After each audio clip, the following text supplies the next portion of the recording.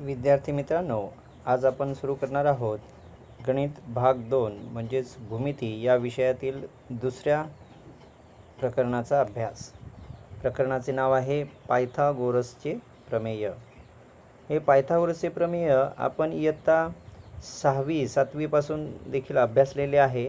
फक्त आता सविस्तरपणे या इयत्तेमध्ये या प्रमेयावर आपल्याला आधारित उदाहरणे सोडवायची आहेत. हे प्रमेय देखील आपल्याला परीक्षेसाठी अतिशय महत्त्वाचे प्रमेय आहे, त्यामुळे ते प्रमेय देखील आपल्याला आधी अभ्यासायचे आहे. आता या प्रकरणात आपण काय काय शिकणार आहोत ते पाहूया. सुरुवातीला पायथागोरसचे त्रिकूट आपण पाहणार आहोत. त्यानंतर समरूपता आणि काटकोन त्रिकोण, त्यानंतर भूमिती मध्याचे प्रमेय देखील पाहणार आहोत. आणि त्यानंतर हे जे प्रकरण आहे पायथागोरसचे प्रमेय, तेच महत्त्वाचे परीक्षेच्या दृष्टीने असणारे प्रमेय आपल्याला अभ्यासायचे आहे, पायथागोरसचे प्रमेय. त्यानंतर या पायथागोरसच्या प्रमेयाचे उपयोजन म्हणजे याचा उपयोग कशा पद्धतीने आपल्याला उदाहरणे सोडवण्यासाठी करायचं आहे ते पाहणार आहोत. आणि अभ्यास म्हणजे सराव संच 2.2 साठी महत्त्वपूर्ण असे प्रमेय म्हणजे अपोलोनियसचे प्रमेय. तर इत्यादी गोष्टी या प्रकरणामध्ये आपण शिकणार आहोत. तर सुरुवात करूया आपण पायथागोरसचे प्रमेय. हे पायथागोरसचे प्रमेय नेमकं विधान काय आहे, तर काटकोन त्रिकोणात कर्णाचा वर्ग हा इतर दोन बाजूंच्या वर्गांच्या बेरजे इतका असतो. बघा, आपल्या पाठ्यपुस्तकाच्या पृष्ठ क्रमांक 30वर या ठिकाणी बघा, काटकोन त्रिकोणात कर्णाचा वर्ग हा इतर दोन बाजूंच्या वर्गांच्या बेरजे इतका असतो. या ठिकाणी बघा, त्रिकोण पी क्यू आर हा आपल्या समोर आहे. या त्रिकोणामध्ये कोन पी क्यू आर किती अंश आहे पहा, 90 अंश. तर जर एखाद्या त्रिकोणामध्ये एक कोन काटकोन असेल, म्हणजेच या ठिकाणी आता त्रिकोण पी क्यू आरमध्ये कोन पी क्यू आर म्हणजेच कोन क्यू हा 90 अंशाचा आहे, तर या काटकोनासमोरील बाजू म्हणजेच तिला आपण कर्ण म्हणतो. तर या कर्णाचा वर्ग म्हणजेच पी आरचा वर्ग बरोबर इतर दोन बाजूंच्या वर्गांच्या बेरजे इतका, म्हणजेच पी क्यू वर्ग अधिक क्यू आर वर्ग. म्हणून या ठिकाणी लिहिले बघा, त्रिकोण पी क्यू आरमध्ये कोन पी क्यू आर बरोबर 90 अंश, म्हणून लेंथ पी आर वर्ग बरोबर लेंथ पी क्यू वर्ग अधिक लेंथ क्यू आर वर्ग. आता या ठिकाणी पायथागोरसचे त्रिकूट आपण पाहूया. पायथागोरसचे त्रिकूट बघा, नैसर्गिक संख्यांच्या त्रिकूटामध्ये जर एका संख्येचा वर्ग हा इतर दोन संख्यांच्या वर्गांच्या बेरजे इतका असेल तर त्याला पायथागोरसचे त्रिकूट म्हणतात. काय, पुन्हा एकदा लक्षात घ्या, नैसर्गिक संख्यांच्या त्रिकूटामध्ये जर एका संख्येचा वर्ग हा इतर दोन संख्यांच्या वर्गांच्या बेरजे इतका असेल तर त्याला पायथागोरसचे त्रिकूट असे म्हणतात. उदाहरणार्थ या ठिकाणी बघा, 11, 60, 61 या संख्यांचं एक त्रिकूट आहे पहा. आता यामध्ये 11, 60, 61 या ज्या तीन बाजू दिलेल्या आहेत यांचा सुरुवातीला आपल्याला वर्ग करावा लागेल.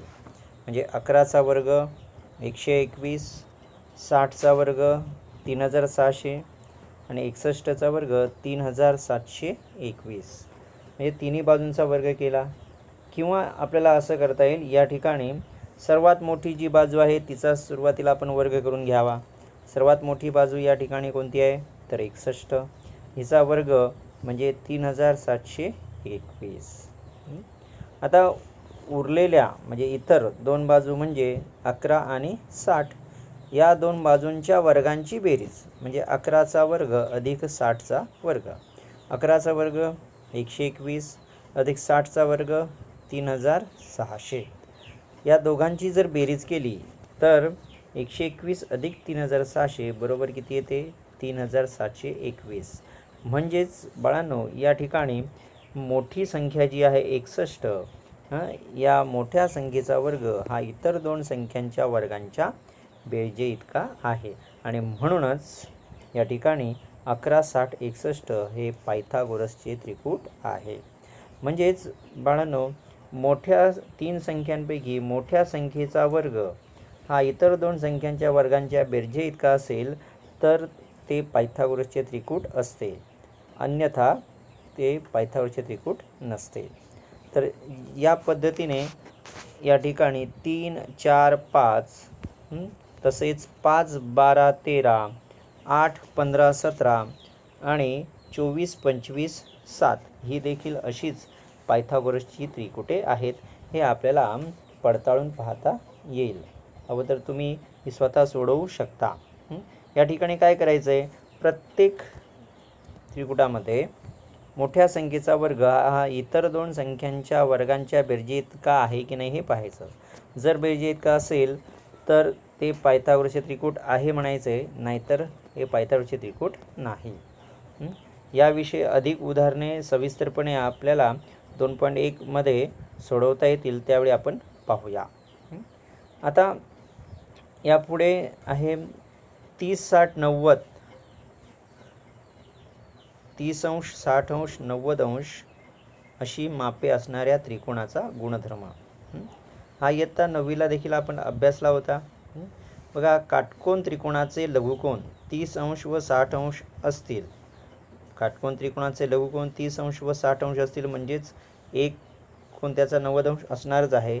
तर या 30 अंश मापाच्या कोनासमोरील बाजू ही कर्णाच्या निम्मी असते व 60 अंश मापाच्या कोनासमोरील बाजू कर्णाच्या वर्गमुळात 3/2 पट असते.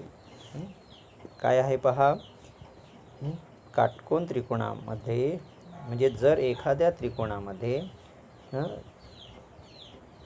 30 अंश, 60 अंश व 90 अंश असे कोन असतील तर 30 अंश मापाच्या कोनासमोरील बाजू ही कर्णाच्या निम्मी असते व 60 अंश मापाच्या कोनासमोरील बाजू ही कर्णाच्या वर्गमुळात 3/2 पट असते. आता या ठिकाणी आपल्या समोर एक आकृती आहे बघा, पृष्ठ क्रमांक 31 वर. या ठिकाणी त्रिकोण LMN आपल्याला दिसतोय. बघा, त्रिकोण LMN. या त्रिकोण LMN मध्ये कोन L किती आहे पहा, 30 अंश, कोन N आहे 60 अंश आणि कोन M आहे 90 अंश. म्हणजेच त्रिकोण LMN मध्ये जे कोन आहेत हे 30 अंश, 60 अंश व 90 अंश मापाचे आहेत. मग आता या ठिकाणी हाच गुणधर्म आपल्याला वापरता येईल. म्हणजेच 30 अंश कोनासमोरील बाजू, आता 30 अंश कोन कोणता आहे, कोन L हा 30 अंश आहे. तर या कोन L समोरील बाजू ती म्हणजे MN. तर MN बरोबर 30 अंश कोनासमोरील बाजू, MN बरोबर कर्णाच्या निम्मे. आता कर्ण आहे LN, याच्या निम्मे म्हणजे 1/2 गुणिले LN. म्हणून 30 अंश कोनासमोरील बाजू बरोबर MN बरोबर 1/2 गुणिले LN.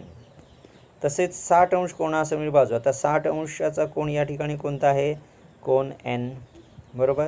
तर या कोन N समोरील बाजू म्हणजेच बाजू LM ही कर्णाच्या वर्गमुळात 3/2 पट, कर्ण आहे LN याच्या वर्गमुळात 3/2 पट म्हणजेच LM बरोबर वर्गमुळात 3/2 गुणिले LN.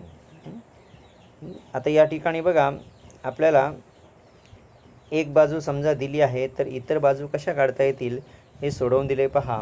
जर LN बरोबर 6 सेमी, LN हा जो कर्ण आहे याची लांबी किती आहे, 6 सेमी आहे. तर 30 अंश कोनासमोरील बाजू म्हणजेच MN बरोबर 1/2 गुणिले LN. 1/2 गुणिले LN ची किंमत 6, बेत्रिक 6 म्हणजेच या ठिकाणी 3 एके 3, MN ची किंमत आली 3 सेमी. तसेच LM बरोबर वर्गमुळात 3/2 गुणिले LN. LNच्या ठिकाणी त्याची किंमत ठेवली 6, मग वर्गमुळात 3/2 गुणिले 6 बेत्रिक 6 म्हणजेच वर्गमुळात 3 गुणिले 3 म्हणजेच LM किती मिळाली, 3 वर्गमुळात 3 सेमी. अशा रीतीने 30 अंश, 60 अंश, 90 अंश असणाऱ्या त्रिकोणाचा गुणधर्म आपल्याला वापरता येतो. यापुढे पुढचा गुणधर्म आहे तो म्हणजे आपल्या पाठ्यपुस्तकाच्या पृष्ठ क्रमांक 32 वर. हा देखील गुणधर्म इयत्ता 9वीला आपण अभ्यासलेला आहे. कोणांची मापे 45 अंश 45 अंश 90 अंश असणाऱ्या त्रिकोणाचा गुणधर्म. म्हणजेच काय, तर एखाद्या त्रिकोणाचे कोन जर 45 अंश 45 अंश आणि 90 अंश असे असतील तर काटकोन करणारी प्रत्येक बाजू ही कर्णाच्या 1/2 पट असते. काय, तर काटकोन त्रिकोणाचे लघुकोन हे 45 अंश व 45 अंश मापाचे असतील तर काटकोन करणारी प्रत्येक बाजू ही कर्णाच्या 1/2 पट असते. आता हेच या ठिकाणी आकृतीमध्ये पहा, दिलेली आकृती आहे बघा. त्रिकोण XYZ दिसतोय आपल्याला. आता या त्रिकोण XYZ मध्ये या ठिकाणी कोन X हा किती अंश आहे? 90 अंश आहे. कोन Y हा 45 अंश आहे आणि कोन Z हा देखील 45 अंश आहे. म्हणजेच त्रिकोण XYZ हा काटकोन त्रिकोण आहेच. म्हणजेच एक कोन त्याचा 90 अंश आहे आणि इतर दोन कोन हे प्रत्येकी 45 अंशाचे आहेत. तर अशा वेळी काटकोन करणारी प्रत्येक बाजू, या ठिकाणी काटकोन करणाऱ्या बाजू म्हणजेच XY आणि XZ अशा या दोन बाजू काटकोन करणाऱ्या आहेत. तर XY बरोबर 1/2 गुणिले कर्ण, कर्ण म्हणजेच ZY. XY बरोबर 1/2 गुणिले ZY आणि त्याचबरोबर XZ बरोबर 1/2 गुणिले ZY. आता या ठिकाणी जर आपल्याला ZY हा जो कर्ण आहे, हा कर्ण दिला आहे 3/2 सेमी. किती? 3/2 सेमी. तर मग XY आणि XZ या दोन्ही बाजू आपल्याला काढायच्या आहेत. मग XY आणि XZ या दोन्ही प्रत्येकी कर्णाच्या किती असणार आहेत? 1/2 पट. म्हणून XY बरोबर XZ बरोबर 1/2 गुणिले 3/2. आता √2 या ठिकाणी भाग लागून निघून गेले, म्हणजेच राहिले किती? 3 एके 3. म्हणून XY बरोबर XZ हे आपल्याला किती मिळाली? 3 सेमी. म्हणजेच XY ची लांबी आणि त्याचबरोबर XZ ची लांबी ही प्रत्येकी 3 सेमी. अशा रीतीने या दोन गुणधर्मांचा आपण या ठिकाणी अभ्यास केलेला आहे. आता या पुढे आपण जाणार आहोत पृष्ठ क्रमांक 33 समरूपता आणि काटकोन त्रिकोण. हे प्रमेय महत्त्वाचे प्रमेय यासाठी आहे की पायथागोरसचे प्रमेय सिद्ध करण्यासाठी याचा उपयोग केला जातो, म्हणून हे प्रमेय महत्त्वाचे आहे. बघा, समरूपता आणि काटकोन त्रिकोण. आता समरूपता हे आपण पहिलं प्रकरण शिकलेलोच आहोत. या समरूपता पहिल्या प्रकरणाचा उपयोग या प्रमेयामध्ये आपल्याला करायचा आहे. बघा, प्रमेय आपण पाहूया. सुरुवातीला काटकोन त्रिकोणात कर्णावर टाकलेल्या शिरोलंबामुळे जे त्रिकोण तयार होतात ते मूळ काटकोन त्रिकोणाशी व परस्परांशी समरूप असतात. काय? काटकोन त्रिकोणात कर्णावर टाकलेल्या शिरोलंबामुळे जे त्रिकोण तयार होतात ते मूळ काटकोन त्रिकोणाशी व परस्परांशी समरूप असतात. आता या ठिकाणी या आकृतीमध्ये पहा, त्रिकोण ABC हा काटकोन त्रिकोण आहे आणि याचा कर्ण आहे AC. या कर्ण AC वर रेख BD हा शिरोलंब टाकलेला आहे आणि या BD या शिरोलंबामुळे जे दोन त्रिकोण तयार होतात म्हणजे त्रिकोण ADB व त्रिकोण BDC हे मूळ काटकोन त्रिकोणाशी म्हणजेच त्रिकोण ABC याच्याशी आणि परस्परांशी समरूप असतात हे आपल्याला दाखवायचं आहे. मग पक्ष बघा, पक्ष म्हणजे दिलेल्या गोष्टी. त्रिकोण ABC मध्ये कोन ABC किती अंश आहे? 90 अंश. रेख BD, लंब रेख AC आणि दरम्यानचा संबंध ADC. ठीक आहे. आता साध्य करायचं आहे काय, तर जे दोन त्रिकोण तयार होतात ते मूळ काटकोन त्रिकोणाशी समरूप असतात. म्हणजेच त्रिकोण ADB समरूप त्रिकोण ABC, त्यानंतर त्रिकोण BDC समरूप त्रिकोण ABC आणि शिवाय ते परस्परांशी समरूप असतात, म्हणजेच त्रिकोण ADB समरूप त्रिकोण BDC. हे झालं साध्य. आता पुढे आपल्याला सिद्धता, पुढे काय पाहायची आहे? सिद्धता. म्हणजे हे आपल्याला हे कसं सिद्ध करता येईल, तर त्रिकोण ADB आणि त्रिकोण ABC या दोन त्रिकोणांचा विचार जर आपण केला तर या ठिकाणी कोन DAB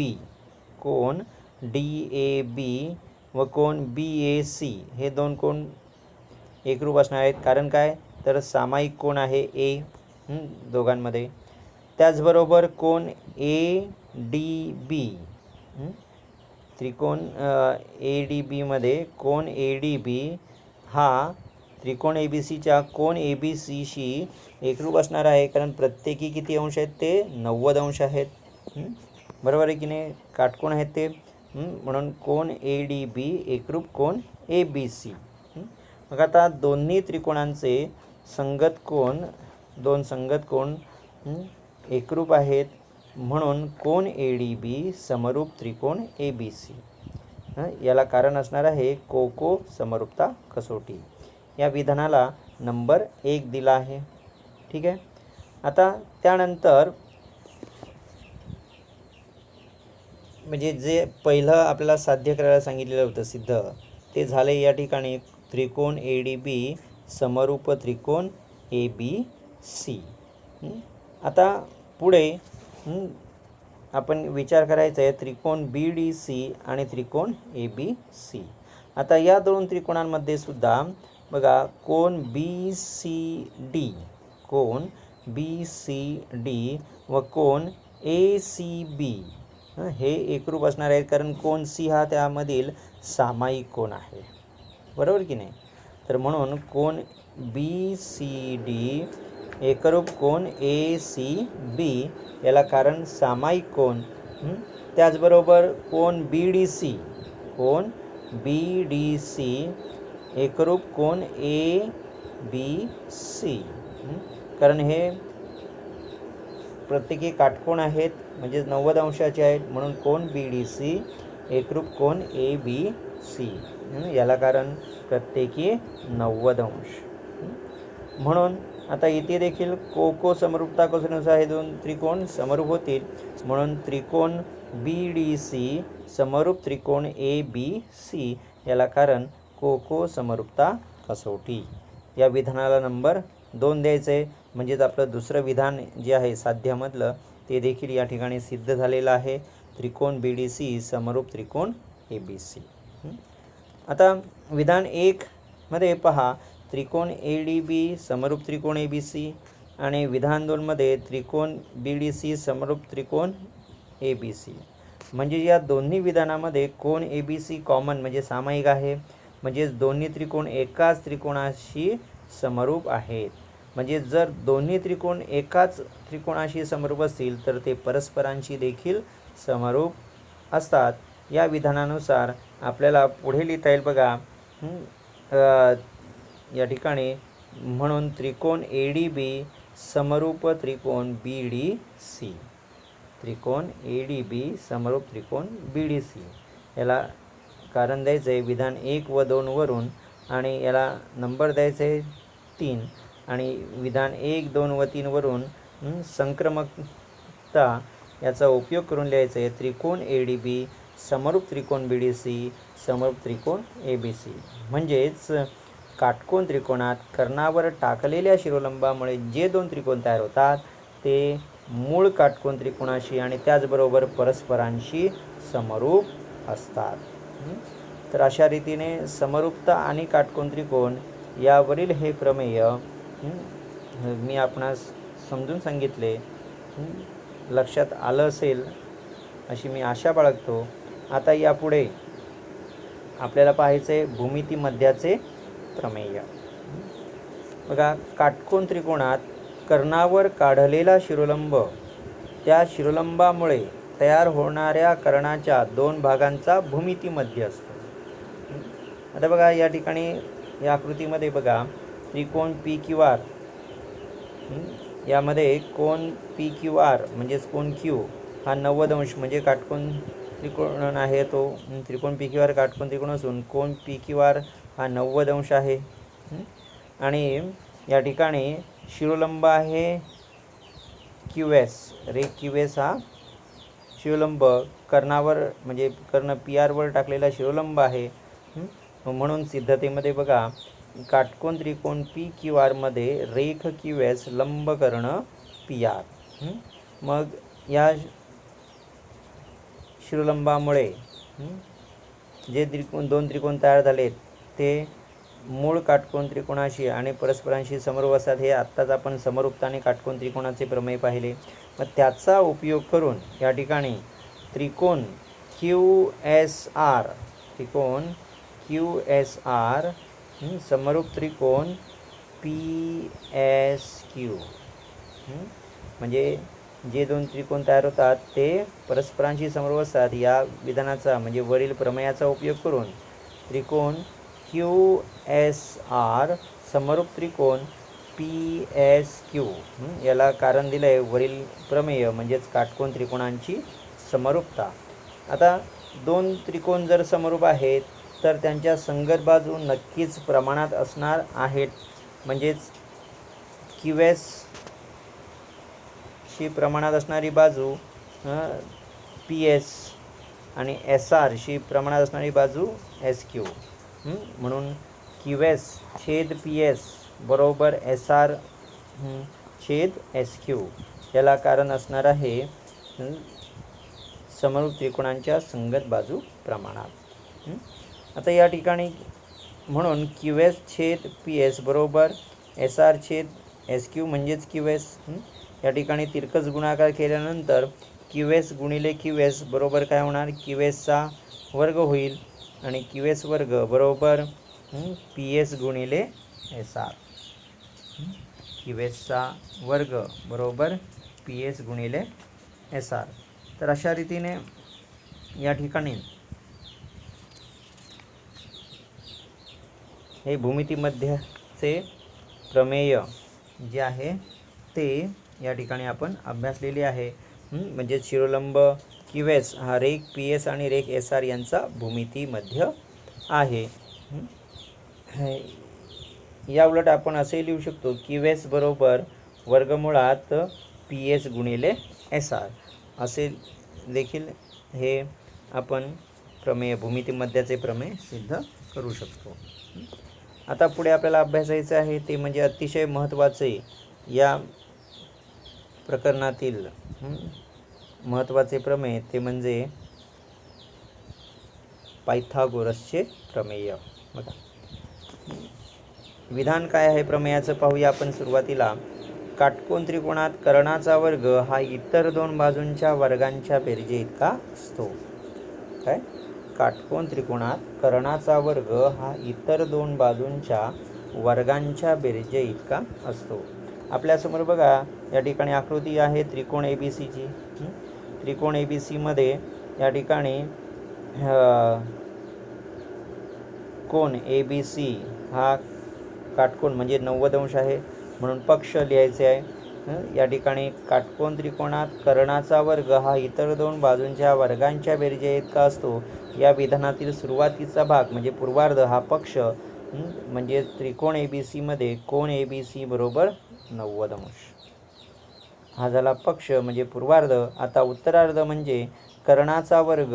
आता कर्ण आहे ए सी याचा वर्ग हा इतर दोन बाजूंच्या वर्गांच्या बेरजे इतका म्हणजे इतर दोन बाजू आहेत ए बी आणि बी सी यांच्या वर्गांच्या बेरजे इतका म्हणजेच ए बी वर्ग अधिक बी सी वर्ग. म्हणून साध्य म्हणजे उत्तरार्ध या विधानातील ते म्हणजे ए सी वर्ग बरोबर ए बी वर्ग अधिक बी सी वर्ग. तर आता हे सिद्ध करण्यासाठी या ठिकाणी एक छोटीशी रचना करावी लागणार आहे की जी या ठिकाणी आधीच आकृतीमध्ये केलेली आहे. ती म्हणजे बिंदू बी मधून बाजू ए सीवर रेख बी डी लंब काढला. शिरोबिंदू जो आहे बी, आपल्या या काटकोन त्रिकोणाचा शिरोबिंदू जो आहे बी, ह्या बिंदू बी मधून बाजू ए सीवर म्हणजे या कर्णावर रेख बी डी लंब काढला आणि मग दरम्यानचा संबंध ए डी सी, म्हणजे डी हा बिंदू ए आणि सी या दोन बिंदूंच्या दरम्यान आहे. तर आता सिद्धतेला सुरुवात करूया आपण. या रचनेचा उपयोग करून आपल्याला या ठिकाणी साध्य सिद्ध करायचं आहे, ते म्हणजे ए सी वर्ग बरोबर ए बी वर्ग अधिक बी सी वर्ग. मग पाहूया आपण काटकोन त्रिकोण ए बी सीमध्ये रेख बी डी लंबकर्ण ए सी. याला कारण काय, तर रचना आपण तशी केलेली आहे. आता या रचनेमुळे म्हणजेच काटकोन त्रिकोणामध्ये कर्णावर काढलेल्या शिरोलंबामुळे जे दोन त्रिकोण तयार होतात ते परस्परांची आणि मूळ काटकोन त्रिकोणाशी समरूप असतात, हे आपण पाहिलेलेच आहे. तर या काटकोन त्रिकोणांच्या समरूपतेचा उपयोग करून हे तिन्ही त्रिकोण आपल्याला सुरुवातीला समरूप दाखवावे लागतील. म्हणून त्रिकोण ए बी सी म्हणजे हा मूळ काटकोन त्रिकोण, समरूप त्रिकोण ए डी बी, समरूप त्रिकोण बी डी सी. म्हणून त्रिकोण ए बी सी, समरूप त्रिकोण ए डी बी, समरूप त्रिकोण बी डी सी. याला कारण काटकोन त्रिकोणांची समरूपता. मग आता यातील पहिले दोन त्रिकोण आपण घेऊया, म्हणजेच त्रिकोण ए बी सी, समरूप त्रिकोण ए डी बी. त्रिकोण ए बी सी, समरूप त्रिकोण ए डी बी. आता दोन त्रिकोण समरूप आहेत म्हटल्यानंतर त्यांच्या संगत बाजू या प्रमाणात असणारच आहेत. म्हणजेच ए बीला कोणती येणार बाजू, ए डी, आणि ए सीला कोणती बाजू येणार, ए बी. आता मधल्या बाजू आहेत बी सी आणि डी बी, त्याही बाजू घेऊया आपण. म्हणजेच ए बी छेद ए डी बरोबर बी सी छेद डी बी बरोबर ए सी छेद ए बी. याला कारण समरूप त्रिकोणांच्या संगत भुजा किंवा संगत बाजू या प्रमाणात असतात. मग आता म्हणून ज्यांची गरज आहे त्यांनाच आपण या ठिकाणी घ्यायचं आहे. म्हणजेच ए बी छेद ए डी बरोबर ए सी छेद ए बी. आता मधील बी सी छेद डी बी का घेतला नाही, तर या ठिकाणी आपल्याला सिद्ध करायचं आहे काय, ए सी वर्ग बरोबर ए बी वर्ग अधिक बी सी वर्ग. या ठिकाणी ए बी वर्ग आपल्याला आणायचं आहे, म्हणून आपण फक्त ए बी असलेल्याच दोन संगत बाजू प्रमाणात घेतलेल्या आहेत जोड्या. मधली तिसरी जोडी आपण घेतलेली नाही. आता तिरकस गुणाकार या ठिकाणी केल्यानंतर ए बी गुणिले ए बीचा वर्ग बरोबर ए डी गुणिले ए सी. या विधानाला नंबर 1 दिलेला आहे. आता तसेच या ठिकाणी दुसरं आपण घेऊया. आता त्रिकोण ए बी सी, समरूप त्रिकोण बी डी सी. त्रिकोण ए बी सी, समरूप त्रिकोण बी डी सी. आता या दोन त्रिकोणांमध्ये सुद्धा बघा, हे दोन त्रिकोण अनुक्रमे एकमेकांशी समरूप आहेत. म्हणजेच त्रिकोण ए बी सी, समरूप त्रिकोण बी डी सी. म्हणून यांच्याही संगत भुजा म्हणजेच संगत बाजू प्रमाणात असणार आहेत. म्हणून ए बी छेद बी डी बरोबर बी सी छेद डी सी बरोबर ए सी छेद बी सी. याला कारण समरूप त्रिकोणांच्या संगत भुजा किंवा संगत बाजू प्रमाणात असतात. म्हणून आता या ठिकाणी आपल्याला काय आणायचे आहे, बी सी वर्ग हवा आहे. म्हणजे ज्या ठिकाणी बी सी आहेत त्याच जोड्या घ्यायच्या आहेत. बी सी आता बघा दुसऱ्या आणि तिसऱ्या जोडीत आहे, तर पहिली जोडी घेऊन उपयोग नाही. म्हणून आपण दुसरी आणि तिसरी जोडी घेणार आहोत. तर बी सी छेद डी सी बरोबर ए सी छेद बी सी. मग आता बी सी तिरकस गुणाकार करून बी सी गुणिले बी सी काय होणार, या ठिकाणी बी सीचा वर्ग मिळेल आपल्याला. बी सी गुणिले बी सी बरोबर बी सीचा वर्ग बरोबर डी सी गुणिले ए सी. या विधानाला नंबर 2 द्यायचा आहे. म्हणजेच आता विधान 1 मध्ये आपल्याला काय मिळाले पहा, ए बी वर्ग बरोबर ए डी गुणिले ए सी. आणि विधान 2 मध्ये बी सी वर्ग बरोबर डी सी गुणिले ए सी.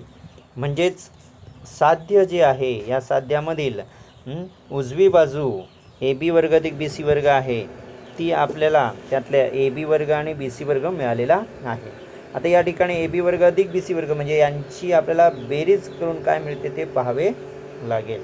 मग विधान 1 व 2 यांची बेरीज करून काय मिळते पाहूया आपण. सुरुवातीला डाव्या बाजूंची बेरीज म्हणजे ए बी वर्ग अधिक बी सी वर्ग बरोबर उजव्या बाजूंची बेरीज काय ए डी, विधान 1 मधील उजवी बाजू आहे ए डी गुणिले ए सी, अधिक विधान 2 मधील उजवी बाजू आहे डी सी गुणिले ए सी, म्हणजेच ए बी वर्ग अधिक बी सी वर्ग बरोबर ए डी गुणिले ए सी अधिक डी सी गुणिले ए सी. आता या ठिकाणी उजव्या बाजूत जर आपण पाहिले तर ए सी हे कॉमन म्हणजे सामायिक आहे, म्हणून ए सी एकत्र घेतला आणि कंसामध्ये मग ए डी अधिक डी सी असे केले. मग आता बरोबर ए सी गुणिले ए डी अधिक डी सी. आता ए डी अधिक डी सी आकृतीमध्ये पहा, ए डी अधिक डी सी दरम्यानचा संबंध आहे ए डी सी, म्हणजेच बिंदू डी हा ए आणि सी या दोन बिंदूंच्या दरम्यान आहे. म्हणजेच ए डी अधिक डी सी बरोबर आपल्याला काय मिळेल, ए सी मिळेल. म्हणून या ठिकाणी ए डी अधिक डी सीच्या ठिकाणी काय घेतलेलं आहे, ए सी घेतलेलं आहे. म्हणून ए सी गुणिले ए सी याला कारण दिलं आहे बघा, दरम्यानचा संबंध ए डी सी.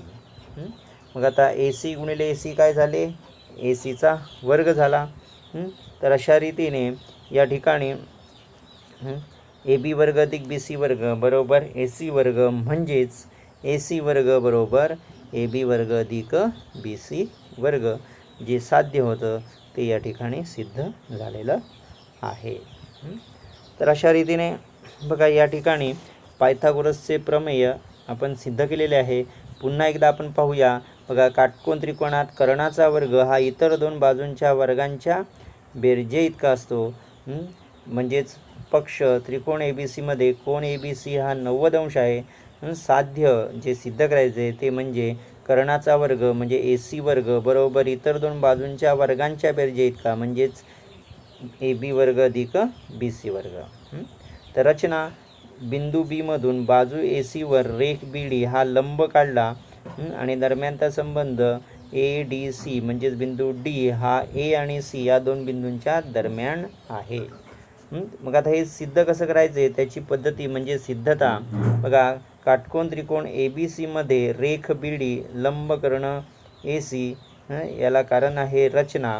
मग आता म्हणून काटकोन त्रिकोणात कर्णावर काढलेल्या शिरोलंबामुळे जे दोन त्रिकोण तयार होतात ते परस्परांशी आणि मूळ काटकोन त्रिकोणाशी समरूप असतात. या प्रमेयानुसार त्रिकोण ए बी सी समरूप त्रिकोण ए डी बी समरूप त्रिकोण बी डी सी याला कारण द्यायचे काटकोन त्रिकोणांची समरूपता. मग आता याच विधानाचा उपयोग करून पहिले दोन त्रिकोण आपल्याला घ्यायचे आहेत, ते म्हणजे त्रिकोण ए बी सी, त्रिकोण ए बी सी समरूप त्रिकोण ए डी बी. मग म्हणून आता दोन त्रिकोण समरूप आहेत म्हटल्यानंतर त्यांच्या संगत बाजू प्रमाणात, म्हणून ए बी छेद ए डी बरोबर बी सी छेद डी बी बरोबर ए सी छेद ए बी याला कारण द्यायचं आहे समरूप त्रिकोणांच्या संगत बाजू. मग आता यातील आपल्याला ज्यांची गरज आहे अशाच दोन जोड्या घ्यायच्या आहेत, कारण आपल्याला ए बी वर्ग दाखवायचे. मग ए बी बाजू असलेल्याच दोन जोड्या म्हणजेच ए बी छेद ए डी बरोबर ए सी छेद ए बी.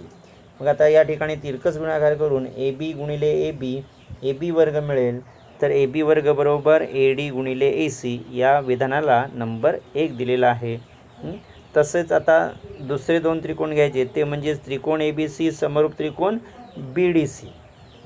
आता हे दोन त्रिकोण समरूप आहेत म्हटल्यानंतर त्यांच्याही संगत बाजू प्रमाणात येतील, बरोबर की नाही. म्हणजेच ए बी छेद बी डी बरोबर बी सी छेद डी सी बरोबर ए सी छेद बी सी यालाही कारण समरूप त्रिकोणांच्या संगत भुजा. मग आता इथे देखील आपल्याला बी सी वर्ग आणायचं आहे. म्हणजेच या ठिकाणी बाजू बी सी असलेलेच बाजू संगत बाजूंची जोडी आपल्याला घ्यायची आहे. म्हणजेच बी सी छेद डी सी बरोबर ए सी छेद बी सी. बी सी गुणिले बी सी तिरकस गुणाकार केल्यानंतर बी सी वर्ग मिळेल. तर बी सी वर्ग बरोबर डी सी गुणिले ए सी या विधानाला नंबर 2 दिलेला आहे. आता बघा जे साध्य आपल्याला सिद्ध करायचे त्यामध्ये उजवी बाजू आहे ए बी वर्ग अधिक बी सी वर्ग. आपल्याला ए बी वर्ग आणि बी सी वर्ग मिळालेला आहे, यांची करावी लागेल बेरीज. मग म्हणून विधान 1 व विधान 2 यांची बेरीज करून ए बी वर्ग अधिक बी सी वर्ग बरोबर उजव्या बाजूंची बेरीज म्हणजेच ए डी गुणिले ए सी अधिक डी सी गुणिले ए सी. मग आता बरोबर ए सी या ठिकाणी कॉमन सामायिक असल्यामुळे ए सी बाहेर घेतला, आतमध्ये कंसात राहिलेला भाग म्हणजे ए डी अधिक डी सी. तर आकृतीत पाहता ए डी अधिक डी सी पाहिले आपण. डी हा बिंदू ए आणि सी या दोन बिंदूंच्या दरम्यान आहे, म्हणजेच ए डी अधिक डी सी बरोबर आपल्याला काय मिळेल, यांची बेरीज म्हणजे ए सी मिळेल. मग म्हणून ए सी गुणिले ए सी, ए सीचा वर्ग, म्हणून ए बी वर्ग अधिक बी सी वर्ग बरोबर ए सी वर्ग, म्हणजेच ए सी वर्ग बरोबर ए बी वर्ग अधिक बी सी वर्ग. याचाच अर्थ काटकोन त्रिकोणात कर्णाचा वर्ग हा इतर दोन बाजूंच्या वर्गांच्या बेरजे इतका असतो, हे आपण सिद्ध केले. तर अशा रीतीने परीक्षेसाठी अतिशय महत्त्वाचे असणारे हे प्रमेय आज आपण पाहिले.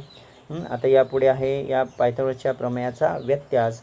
हे प्रमेय आपल्याला सिद्ध करण्यासाठी येत नाही, मात्र उदाहरणे सोडवण्यासाठी म्हणून याचा उपयोग होऊ शकतो. बघा, पायथागोरसच्या प्रमेयाचा व्यत्यास.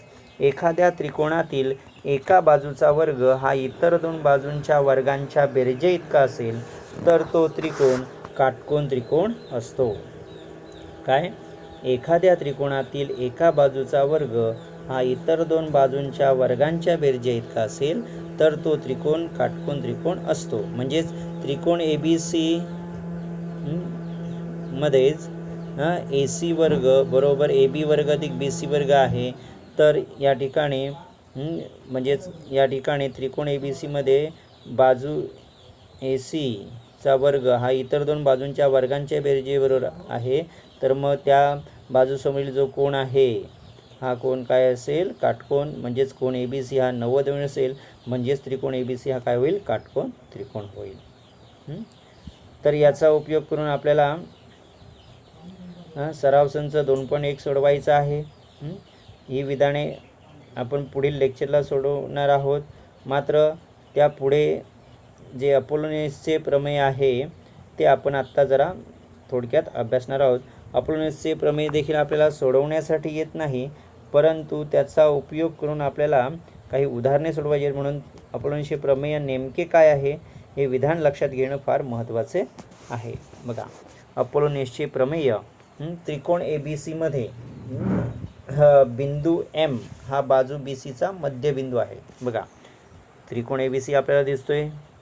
या आकृतीमध्ये त्रिकोण ए बी सी दिसतोय. या त्रिकोणामध्ये बाजू बी सीचा एम हा काय आहे, मध्यबिंदू आहे.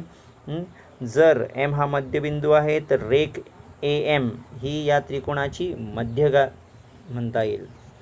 त्रिकोण ए बी सीमध्ये बिंदू एम हा बाजू बी सीचा जर मध्यबिंदू असेल तर रेख ए एम ही काय असेल, मध्यगा असेल.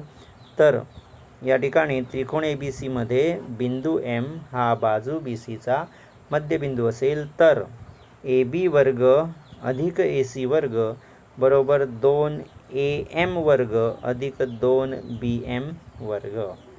हे आहे अपोलोनियसचे प्रमेय. म्हणजेच काय, तर थोडक्यात एक लक्षात घ्यायचे आपल्याला, त्रिकोण ए बी सीमध्ये या ठिकाणी बाजू बी सीचा एम हा मध्यबिंदू दिलेला आहे. तर बाजू बी सीचा जो एम हा मध्यबिंदू दिलेला आहे त्या बाजूला सोडून उरलेल्या ज्या दोन बाजू आहेत म्हणजेच ए बी आणि ए सी या दोन बाजूंच्या वर्गांची बेरीज म्हणजेच ए बी वर्ग अधिक ए सी वर्ग बरोबर 2 गुणिले जी आपली मध्यगा आहे तिचा वर्ग म्हणजेच 2 ए एम वर्ग अधिक 2 गुणिले या एका बाजूचे त्या मध्यबिंदूमुळे जे दोन भाग झाले त्यापैकी एका भागाचा वर्ग म्हणजेच या ठिकाणी 2 बी एम वर्ग. तर अशा रीतीने हे आहे अपोलोनियसचे प्रमेय.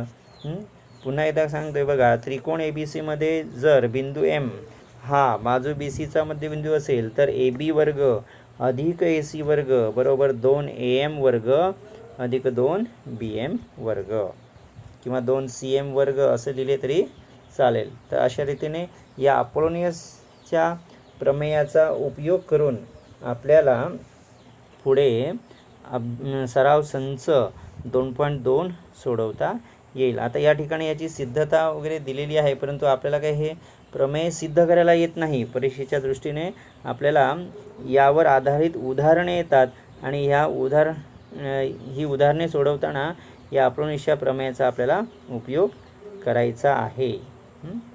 आणि त्याचबरोबर सराव संच 2.2 मध्ये तिसऱ्या उदाहरणामध्ये आपल्याला विशाल कोन आणि लघु कोन म्हणजेच पान नंबर 40 वर बघा या ठिकाणी 2 सोडवून दिलेली उदाहरणे आहेत। या गुणधर्मांचा वापर करून आपल्याला सराव संच 2.2 मधील तिसरे उदाहरण जे आहे ते देखील सोडवायचे आहे। ओके, तर आज आपण या ठिकाणी फक्त ही जी प्रमेय आहेत, जे गुणधर्म आहेत हे अभ्यासलेले आहेत। आता सविस्तरपणे सराव संच 2.1 आणि मग त्यानंतर 2.2 हे जे दोन्ही सराव संच आहेत हे आपण पुढच्या लेक्चरमध्ये अभ्यासणार आहोत। तर आज आपण बघा सुरुवातीला काय पाहिले, तर पायथागोरसचे त्रिकूट, त्यानंतर 30 60 90 अशी मापे असणाऱ्या त्रिकोणाचा गुणधर्म पाहिला। त्यानंतर 45 45 90 अंश मापे असणाऱ्या त्रिकोणाचा गुणधर्म पाहिला। त्यानंतर समरूपता आणि काटकोन त्रिकोणांचे प्रमेय पाहिले। त्यानंतर भूमिती मध्याचे प्रमेय हे अभ्यासल्यानंतर अतिशय महत्त्वाचे या ठिकाणी पायथागोरसचे प्रमेय आपण अभ्यासले आणि त्याचा व्यत्यास की या विधानाचा उपयोग आपल्याला उदाहरणे सोडवताना करायचा आहे। आणि मग त्यानंतर आपण या ठिकाणी पाहिले ते म्हणजे अपोलोनियसचे प्रमेय।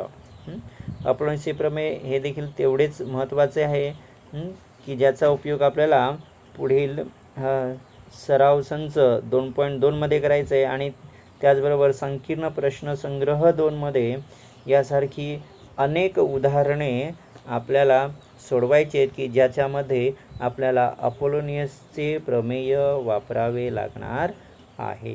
ठीक आहे बाळांनो, तर अशा रीतीने आज या ठिकाणी आपण थांबूया। जेवढा भाग मी शिकवला ही प्रमेय मात्र तुम्ही स्वतः व्यवस्थित लक्षात घ्यायची आहेत, प्रत्येकी 3 वेळा तर लिहायची आहेत, पण नुसती वहीमध्ये न लिहिता ती आपल्या डोक्यात कशी येतील आणि कशी राहतील परीक्षेपर्यंत याचा आपण व्यवस्थित अभ्यास करायचा आहे। ओके बाळांनो, तर बाय।